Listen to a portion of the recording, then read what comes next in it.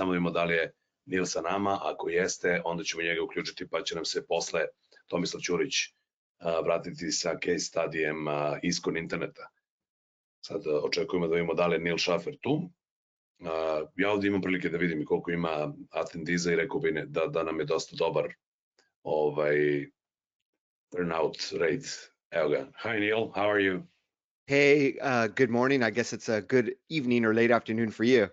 Yeah, it's late afternoon. It's late afternoon, and we are connecting you a little bit earlier because we had some technical problems with the prior guest. But nevertheless, we'll try to put him back in right after you. So, Neal, you're going to talk about it is time to reset how you measure social media return of investment.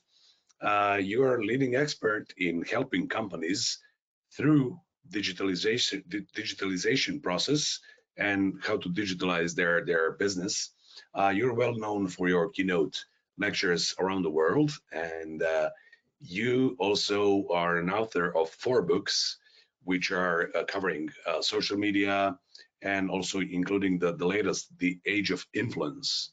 So I hope we'll hear more about it. And actually, the floor is yours, Neal, because you can hear us loud and clear. Just fire at will. Okay, well, thank you very much. And it's a pleasure to virtually meet you all from Los Angeles, California. Originally, we were supposed to meet in person in your beautiful country earlier this year, but obviously it's been an unprecedented year for many reasons. So well, let me go into the presentation, but I do want to say I had a different presentation prepared for when I was going to meet you all in April. And since then, obviously, things have evolved, and influencer marketing has evolved, social media marketing has evolved, digital marketing has evolved. So really what I'm going to present today is even more up to date, the way that I think that influencer marketing and social media marketing should best fit into your digital marketing strategy. So the title, obviously, it's time to reset how you measure social media ROI, because I'd like you to just imagine social media in a different way as I go through this presentation, and I think you'll be able to get the most value out of it for doing that. So as I was introduced, I am a global digital marketing speaker, consultant. I am an author and also educator. I teach at a few universities around the world, Rutgers Business School in the United States, but I also go to Europe to teach in Ireland at the Irish Management Institute, and Finland at the University of Jyväskylä.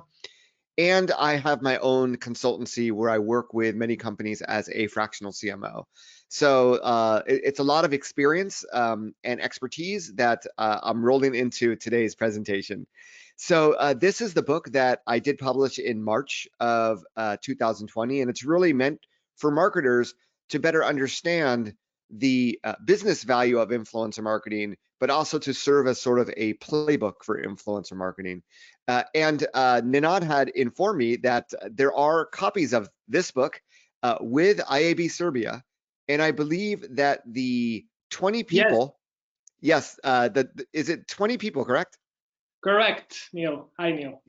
Yes, hey. So I believe it's 20 people who send in engaging questions or engaging comments during my presentation in the chat box will receive a free copy sent to you from your friends at IAB Serbia. Did I get that right, Ninad? Absolutely, that's it. Okay. Beautiful. Okay, so I hope that everybody to participate. Yes, I hope that you'll have a chance to win and receive and read and get value from my book. It's a great book, Neal. We read it already at the beginning of the year. Oh, thank you very much. Yes, you received them very early in the year, right? That's right. Yes. Okay. Go ahead. Thank you.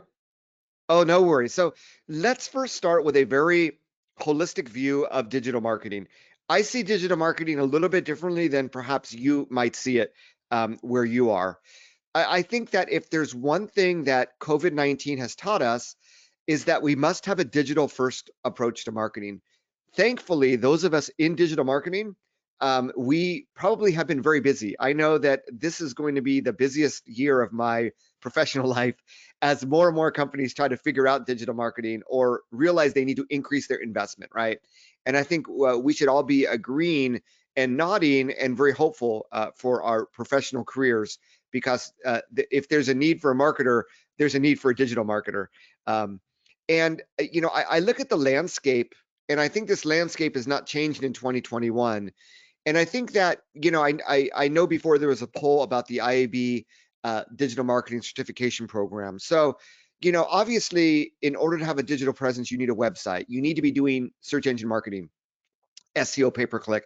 You need to be doing email marketing, marketing automation.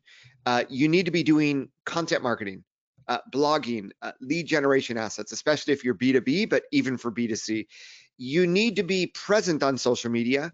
This presence more and more is becoming a paid presence, and I'm going to talk a little bit about that. And then I believe that you also need influencer marketing. Now, in parentheses here, I have employees, advocates, influencers. So my definition of influencer marketing is very different than the stereotypes that you might hear that seem very skewed towards certain social media, certain industries, certain demographics. And I think if you believe in those stereotypes, you miss out on the potential that really influencer marketing can have for any business. And part of me defining it this way is when I get to this area, I believe that in many ways, influencer marketing will more and more replace your organic social media marketing. I see them as being one and the same. So yes, can influencer marketing help your SEO? Absolutely. Can it help your content marketing? Absolutely. Might it help your email marketing? Sure. But I think the biggest value right now is in this almost replacing organic social media marketing. And therefore, when we look at it that way, we can begin to measure our social media marketing ROI and its value to our business, I think, a little bit differently. So here's the thing, right? And I'm going to take a sip of coffee before my throat gets too sore here. We know now, we've been marketers, you know, we've been doing social media marketing now. For those of you that have been doing it, we're in our second decade. And it's very clear that algorithms do not like promotional content, right? If the algorithms don't like the content, it gets shown to no one. It's like Google doesn't like duplicate content. You publish duplicate content, it's not going to appear in search engines. So it's all algorithms. But here's the thing. It's not about the algorithm from my perspective. It's about your content, because when many marketers get stuck in these editorial calendars where we must post, you know, once a day, twice a day, 3 times a day, and we must promote this product and we must promote that blog post, and you get into a cycle in which the value of the content that you're posting with every instance may not be as valuable as a person that is posting about their personal life. And the algorithm will favor what people engage with, and it will hurt what people don't engage with, right? So at the end of the day, social media was made for people and not business. And I've been saying this for 10 years, and I think it becomes clearer and clearer with every passing day. So I believe it's time to close the expectations gap. Part of the problem with we expect so much from social media, and you know, we post something and no one's seen it. We're not getting ROI. There's no clicks. I think that if we reimagine what social media is and how it should be leveraged, you begin to unlock the power of social media, and you can actually begin to see and measure that ROI. So here's the first step in the process, is to realize if social media was about people and algorithms don't like your promotional content, think of social media. Yes, we're marketers. We obviously think of social media as a great marketing channel, but we should really think of it as a marketplace for collaboration, as a way to connect and engage and learn and influence people from around the world to have a better interest in our product or service. And it's very interesting because there's a lot of companies that will look at engagement.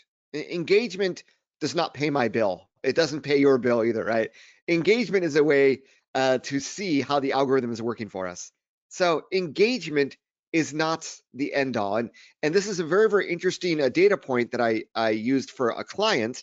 And my client was company E.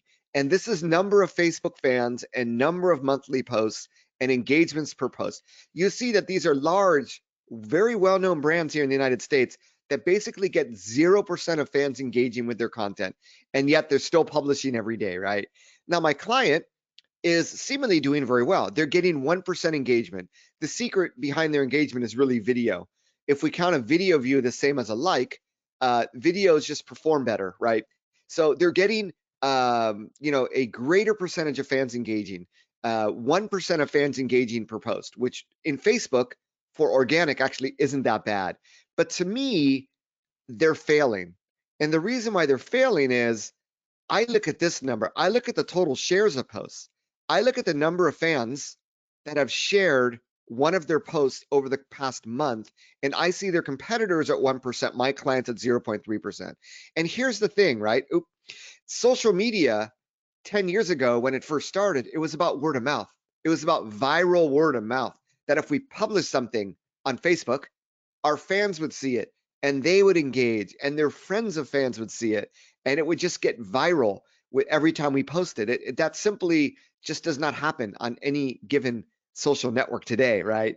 But in terms of advocacy, in terms of connecting with and leveraging our fans, in terms of getting more people to share our content, that is what word of mouth is about. If no one is sharing your content, word of mouth is not happening on social media, right? So to me, this should be the main engagement ratio, right? The main metric that I want to look at is how is the word spreading? How many people are spreading our message on social media? So I believe that social media generates ROI if you measure the right activities. If you measure engagement, it doesn't. If you measure shares, I believe it does. So if you only measure engagement, you really miss the point. And here's the thing, you're all digital marketers. The purchasing journey today is as scattered as it's always been, especially post-COVID-19. The problem with last click attribution is we are all over the place. And, you know, people are definitely using social media as one touch point in which we can influence them to buy our product. So even in Google Analytics or whatever web metrics platform you use, social media may not come up as the last click, but along the way, it probably had some help, you know, for any given consumer, not all consumer, but obviously many consumers and business buyers. So I believe we need to meet people where they are. And if I was to organize all those different digital touch points, we get to this. It comes down to search, social, email, right? These are the main touch points. We have to be doing search. We have to be doing email. We also have to be doing social because that's where people are spending time.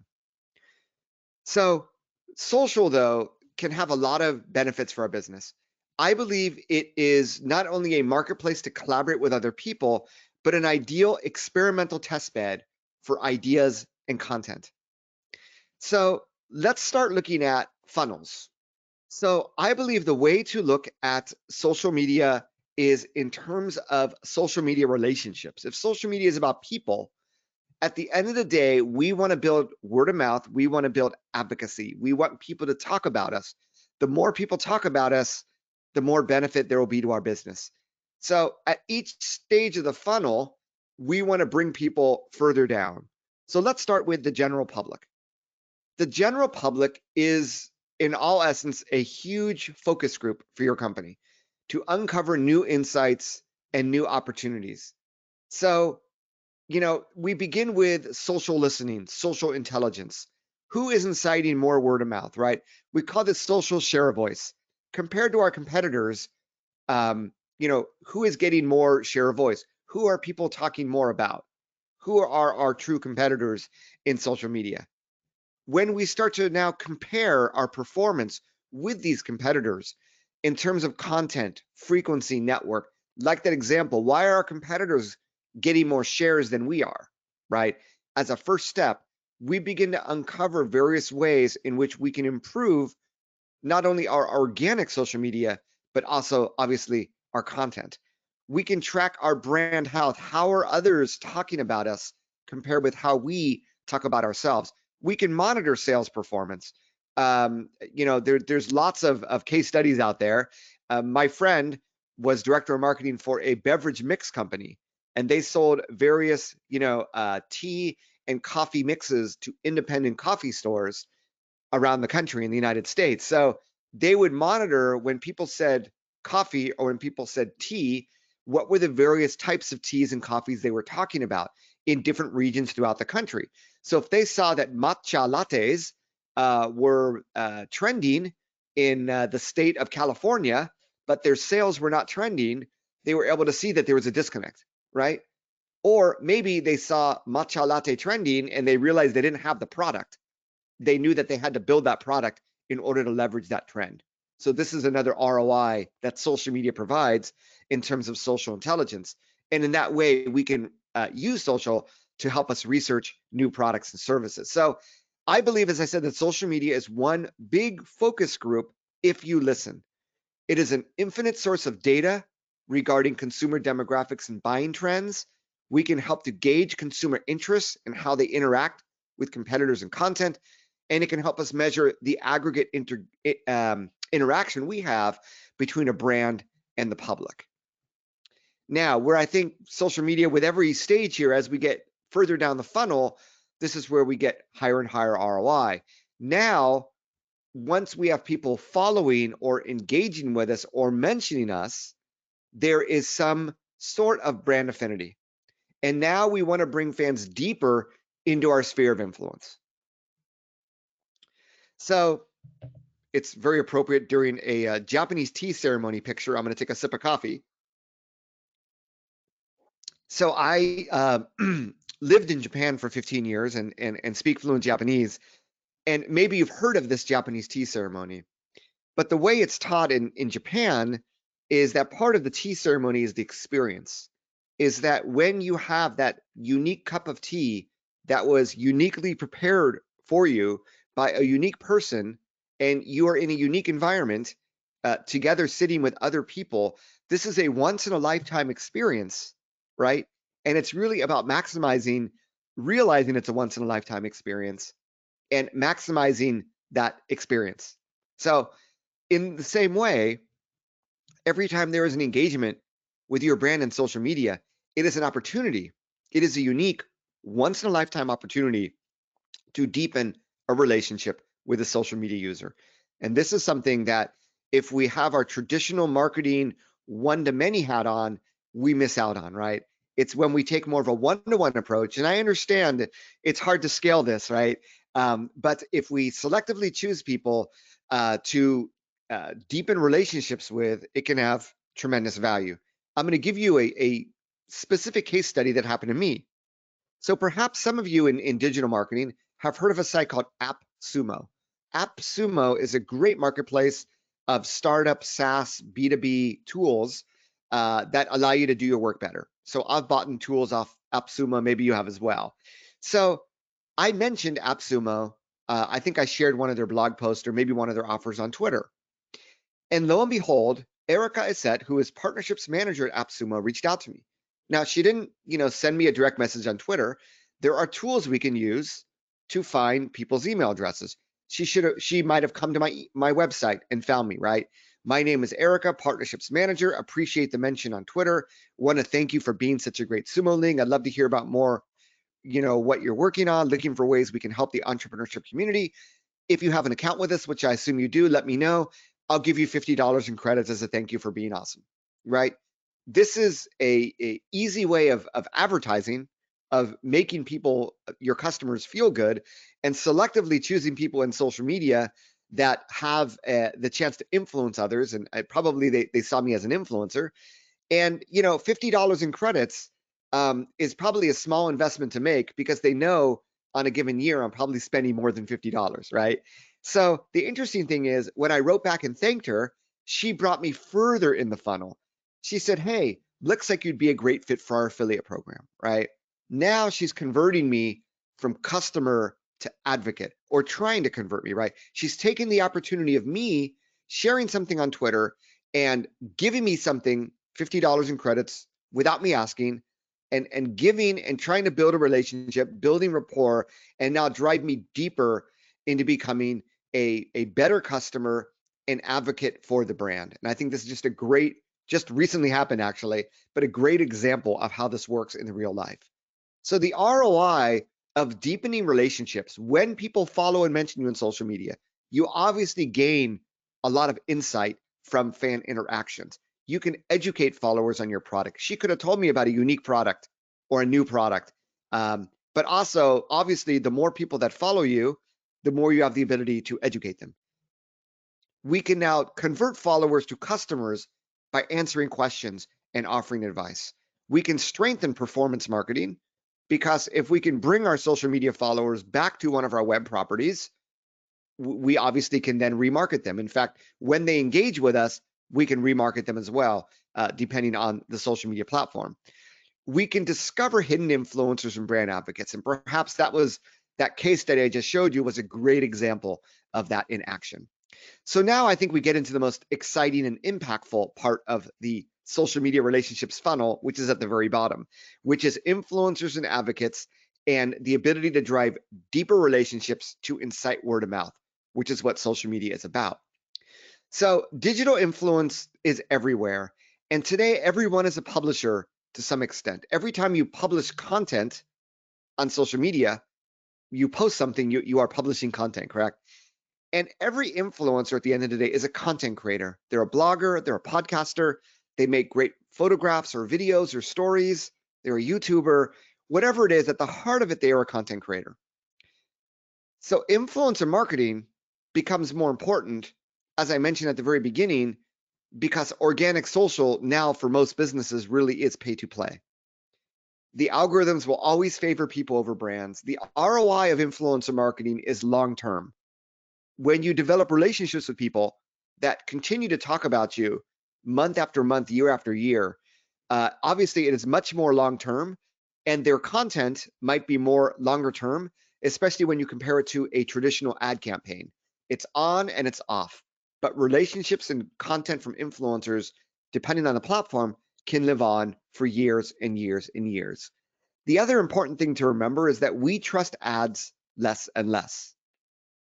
On the other hand, if there's one takeaway about influencer marketing, the reason why people are becoming so influential is because we trust those like us who we can relate to more and more and more. And with every generation, we see this happening more and more. So, as I've been mentioning many times, inciting word of mouth is the original intent of social media marketing.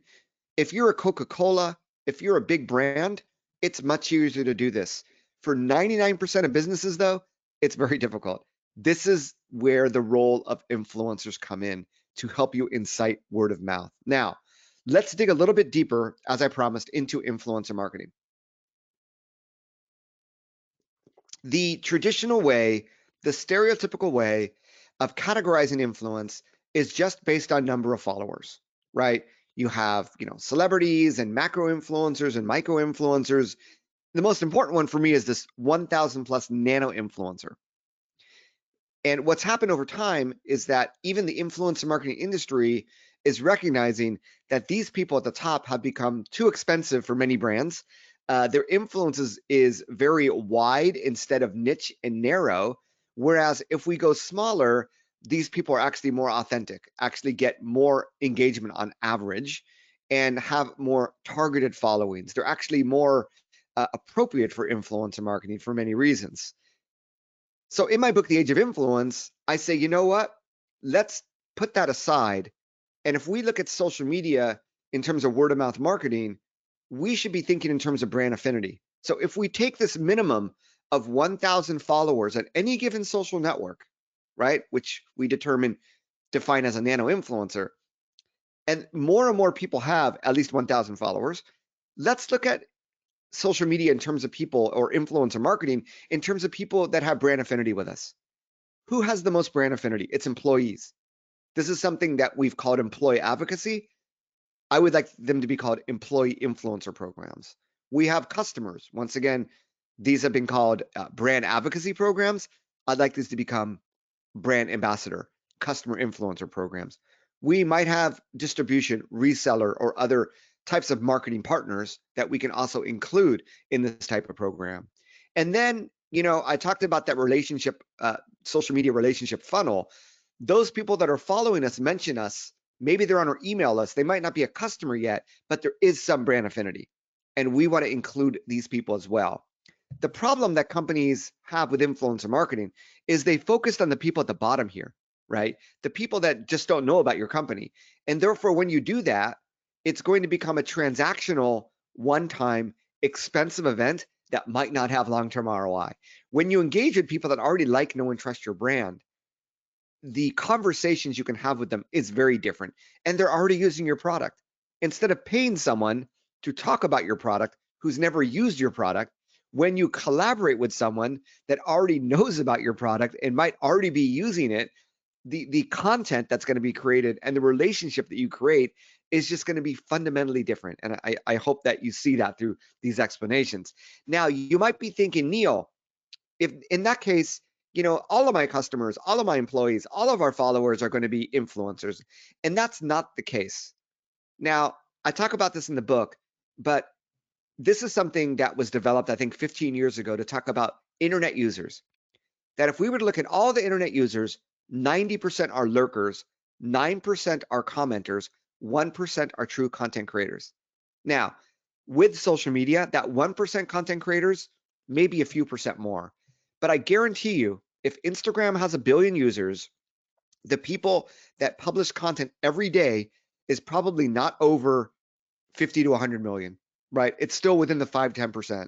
If LinkedIn has 700 million users, there's probably not more than 70 million users that publish content regularly on LinkedIn, like every day. So when you look at it that way, if there are employees, customers, followers, mentioners that are constantly creating content that have reached that 1,000 follower plateau, they're in the top 10%, if not perhaps in the top 1%. They are unique. They are a finite entity.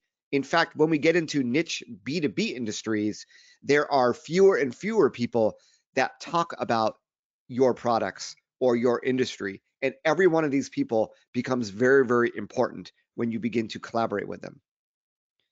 So this leads into the next step. Well, Neal, how can we work with influencers? And if I was to look at the most popular collaborations today, the number one thing you do is you actually ask them how they collaborate. There's many companies that assume you want a $10 gift card or $25 product.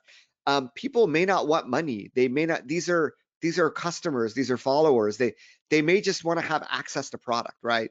Or they may just want to collaborate in another way. You won't know until you individually ask them. And that is the number one advice I can give you here. But we do know that there's a lot of gifting of product in exchange for a shout out, content, and review. We can provide discount codes. So a lot of companies get it wrong with affiliate marketing, which is a type of influencer marketing. They offer a affiliate to the influencer, but they don't offer an incentive to the community. So if you want to work out some sort of affiliate or commission-based coupon code system, it should be a coupon code, not an affiliate code. There should be a reason why the influencers community would want to buy that product other than that the influencer is talking about that product. Whether it's 10%, 20%, 30%, maybe 50%, whatever it is, that's when you begin to see some incredible results.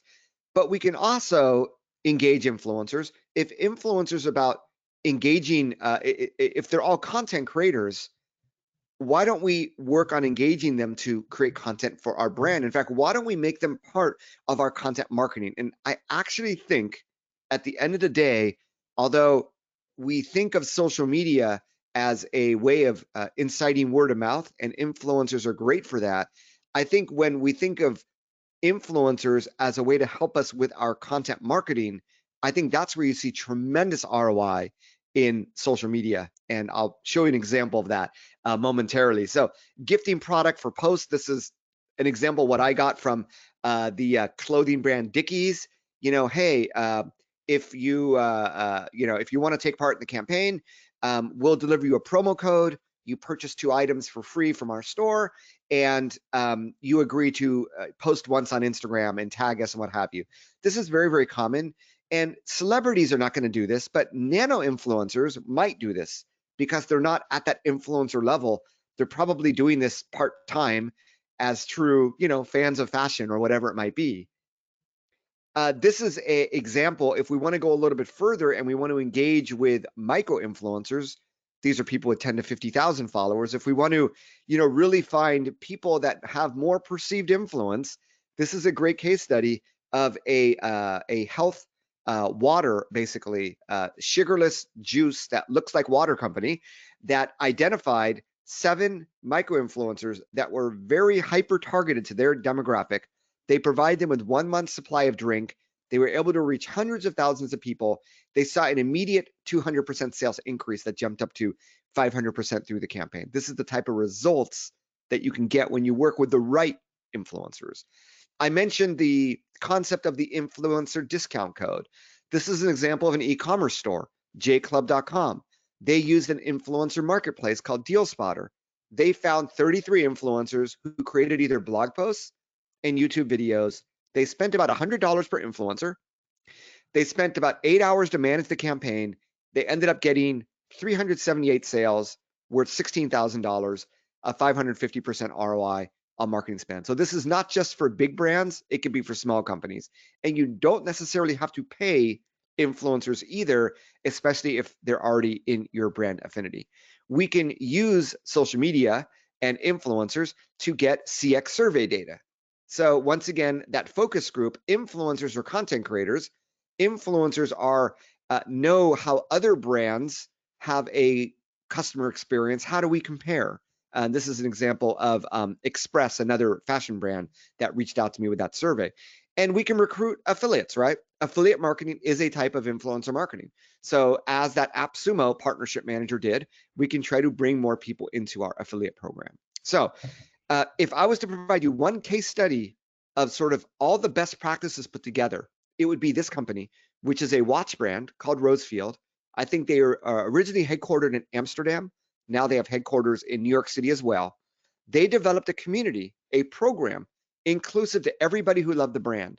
And they recruited from their email database, their online customers, and their Instagram accounts. They're not using influencer marketplaces, influencer discovery tools.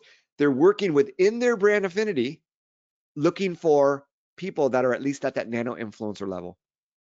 They created 3 tiers: people that probably had the most influence, people that probably talked the most about the brand, the advocates, and people that, the other people might have fallen into the referrals. How do we get these people to refer us more people?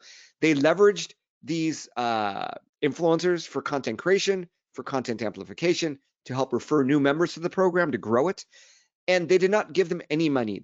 All they provided them was exclusive access to new products and store credit points.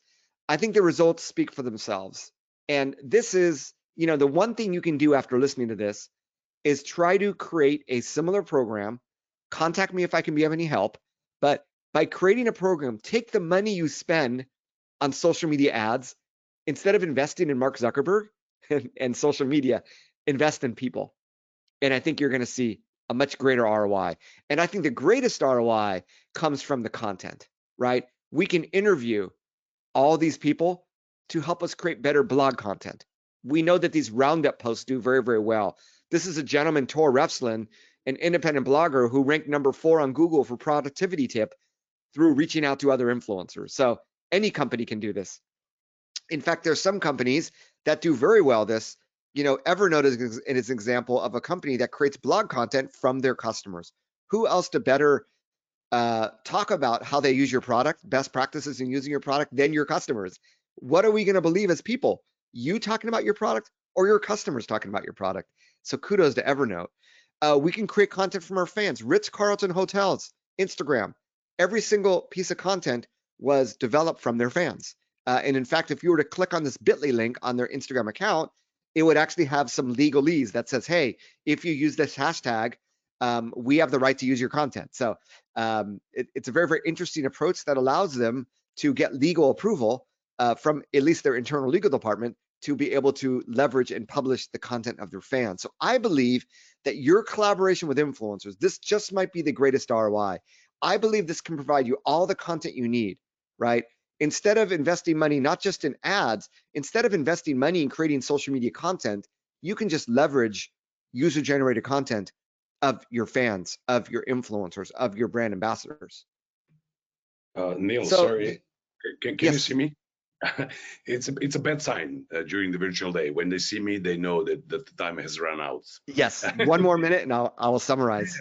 Actually, I have just 3 questions for you. So Okay, if you beautiful.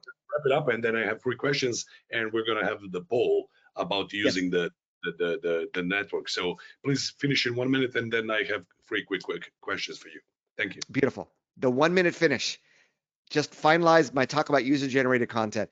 It's more than just for your social media posts. When we use user-generated content on our website, in our shopping carts, in our advertising, things convert better, right?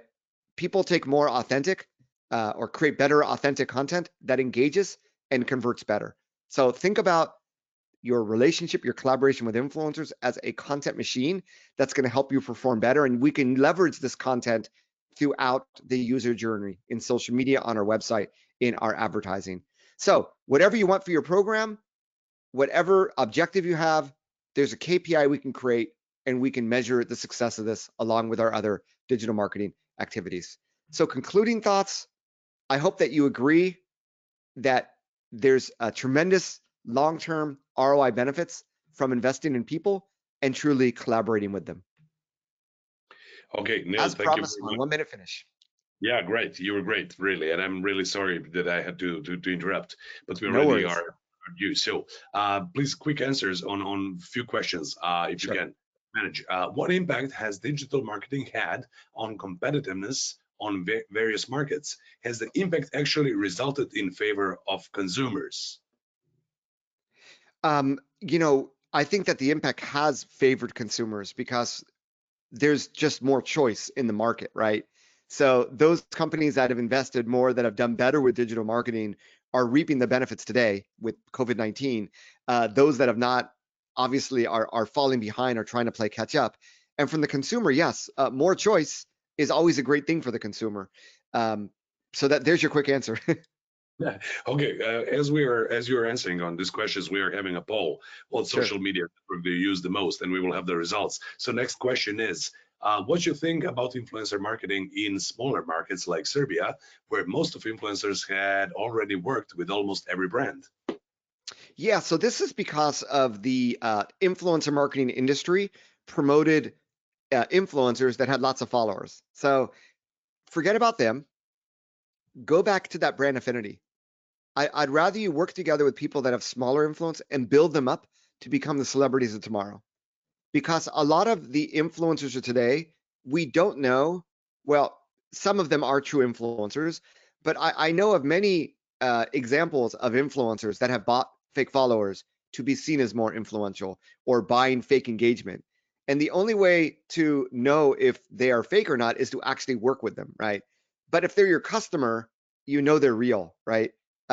If you're engaging with them and you see the results, you can see the reality. And if you leverage their content, it doesn't matter if they have 1 million followers or 1,000 followers. If their content resonates with your audience, it levels the playing field. So I would say, that's the stereotype of most of these traditional influencers, is that they're celebrities, they're expensive, they've worked with every other brand, and they really don't care who they work for as long as you pay them. I don't think you're going to get the best ROI of working with those people. I think you need to find your own unique people from your brand affinity, and you're going to get much greater ROI from doing so. It's not just about the number of followers. It's about the different types of impact they can have, especially when we look at that sourcing of content. Okay, we have the results of the quick poll. Instagram 56%, then YouTube 20%, Facebook 15%, LinkedIn 8%, and TikTok 2%. On question was, what social media network do you use the most? Okay, and one quick for the go. Which industries, Neal, should acquire the most income while working with influencers in the next 3 to 5 years? I think it's regardless of industry. I don't care if it's B2C, if it's B2B. In fact, I would say that influencer marketing in B2B industries just might be more impactful because it requires more people to make a buying decision. And there's fewer sources of social media users of information that can influence them. When we Okay. think of consumer facing industries, there's a lot of people that talk about it, a lot of reviews, right? There's just greater sources of content, and only one person's making the buying decision. B2B, because of those reasons, I think it's going to be more impactful. So there's my answer. Okay, you said you were living in Japan for 15 years, so arigato, Neal, and happy Thanksgiving to you. Thanks for joining us even though it's holiday in your country. So thank you very much once again. It was great. Okay, thank you very much. Hopefully we meet in person soon. Good luck, everybody. We hope to. Thank you very much once again. Ok, dragi momci i devojke, za slučaj da niste nešto videli što se tiče ovog današnje konferencije, ne brinite, sve se snima, tako da će kroz nekoliko dana na IAB-ovom YouTube kanalu biti objavljena cela konferencija, dakle sve se snima, sve se zna. Budite i uz IAB YouTube kanal.